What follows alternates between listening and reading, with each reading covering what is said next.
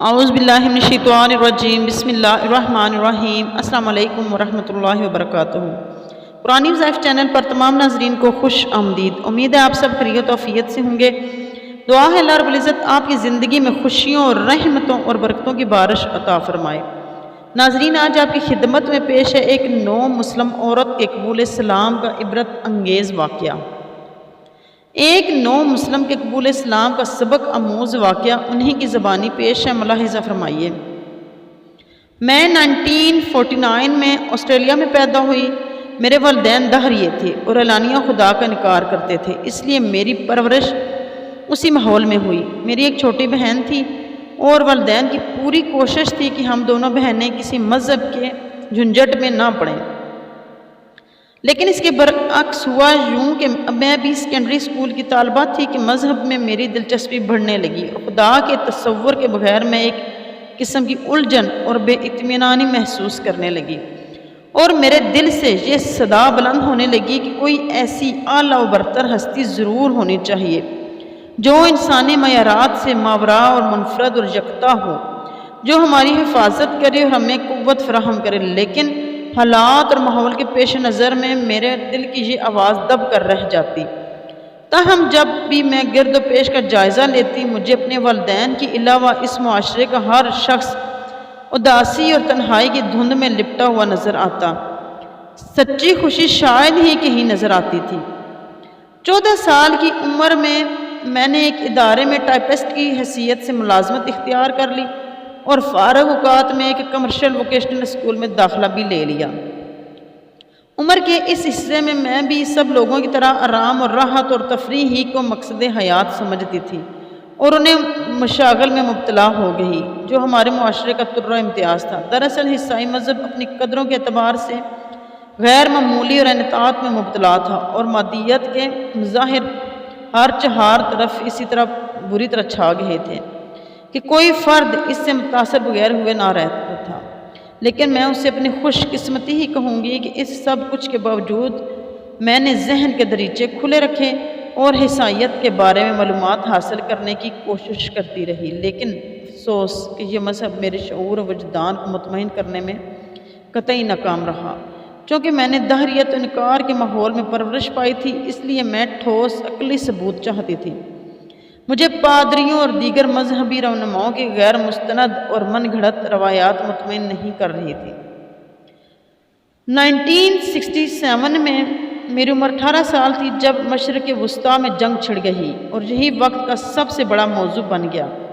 قدرتی طور پر میرا ذہن بھی اس سے متاثر ہوا اور بے اختیار جی چاہا کہ عربوں کی تہذیب اور کلچر کے بارے میں معلومات حاصل کی جائیں اور دیکھا جائے کہ ان کے مسائل کیا ہیں، یہودیوں سے ان کے اختلافات کی بنیاد کیا ہے اور ان کے طرز حیات کی کیا خوبیاں اور کیا خامیاں ہیں۔ چنانچہ میں نے مختلف کتب خانوں سے رابطہ کیا، پہلے عربوں کے بارے میں مطالعہ کیا اور پھر اس حوالے سے اسلام سے متعارف ہوئی۔ لیکن یہ افسوسناک امر کہ میں جتنی بھی تاریخی کتابوں، ناولوں اور رپورٹوں کا مطالعہ کیا، ان سب میں اسلام اور عربوں کے خلاف مصنفین کا تعصب اور عناد چھلک چھلک پڑتا تھا، اور میں حیران تھی کہ غیر جانبداری، اعتدال اور انصاف کے علم برداروں کو کیا ہو گیا ہے۔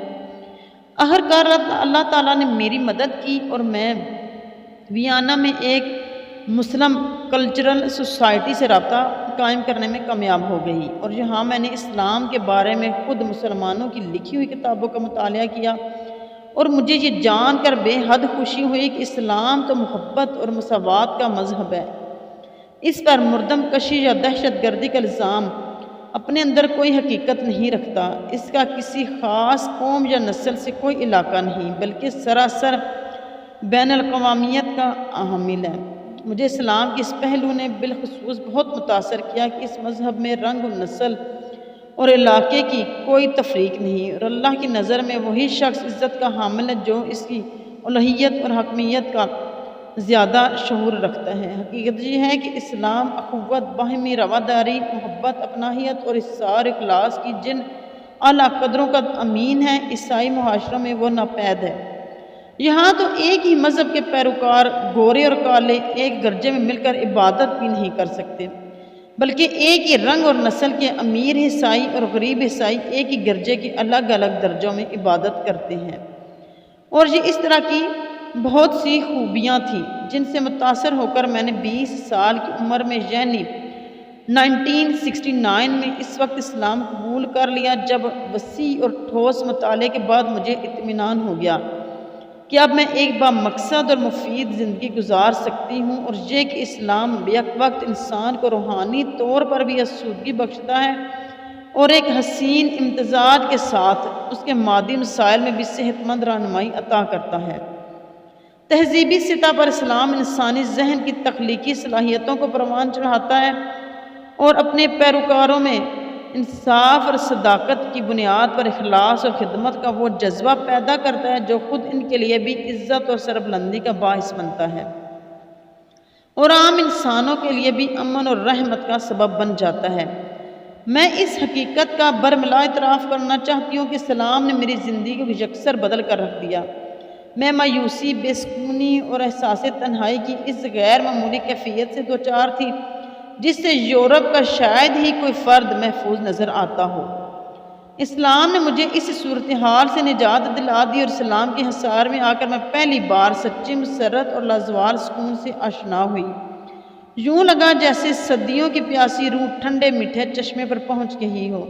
اس احساس نے مجھے اسلام کا شیدائی بنا دیا اور میں مسلسل اسلام کے بارے میں زیادہ سے زیادہ معلومات حاصل کرنے کی کوشش کرنے لگی، اور یہ بھی خالص اللہ کی عنایت ہے کہ میری شادی افغانستان کے ایک طالب علم سے ہو گئی جو ویانا میں زیر تعلیم تھا۔ میرے خاوند نے تعلیم مکمل کر لی تو ہم افغانستان آ گئے۔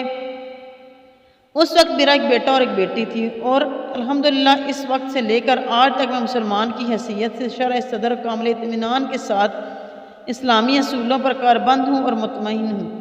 تاہم میں یہ ضرور عرض کرنا چاہتی ہوں کہ ہم جہاں کہیں بھی ہوں، مسلم اکثریت کے ملکوں میں مقیم ہوں یا غیر مسلموں کے درمیان زندگی گزار رہے ہوں، ہمیں مسلمان کی حیثیت سے اپنے اعمال و کردار کا تنقیدی جائزہ لیتے رہنا چاہیے اور اپنی کمزوریوں اور کوتاہیوں کو محاسبہ کر کے انہیں دور کرنے کی کوشش کرنی چاہیے۔ اس حوالے سے میرا تجزیہ یہ ہے کہ عام مسلم معاشروں میں خواہ وہ یورپین فکر و تہذیب سے متاثر بھی ہوں، اسلام کا محض ایک رسمی اور سرسری سا تصور کار فرمان نظر آتا ہے۔ صاف محسوس ہوتا ہے کہ انہوں نے اسلام کو شعوری طور پر سمجھا ہے، نہ اس پر عمل کرنے میں وہ سنجیدہ ہیں، اور جو کچھ ہے وہ محض زبانی جمع خرچ ہے۔ اسلام ان کے قلب و ذہن میں گہرائی تک نہیں اترا۔ بے شک اس واقعہ میں 9 مسلم خاتون کے آخری جملے یاد رکھے جانے اور غور کے قابل ہیں، چنانچہ ہر مسلمان کو چاہیے کہ اپنے ایمان کو ایسا مضبوط بنائے کہ غیر مسلم اس کی زندگی کو دیکھ کر اسلام کی طرف مائل ہوں۔ دعا ہے کہ اللہ تعالیٰ ہم سب کو اس واقعہ سے سبق حاصل کرنے کی توفیق عطا فرمائے، آمین یا رب العالمین۔ ناظرین کمنٹ سیکشن میں اپنی قیمتی رائے کا اظہار ضرور کریں۔ امید ہے کہ آپ کو ہماری ویڈیو اچھی لگے گی۔ اگر ویڈیو اچھی لگی ہے تو لائک ضرور کریں اور دوستوں کے ساتھ شیئر بھی کر دیں۔ اللہ حافظ۔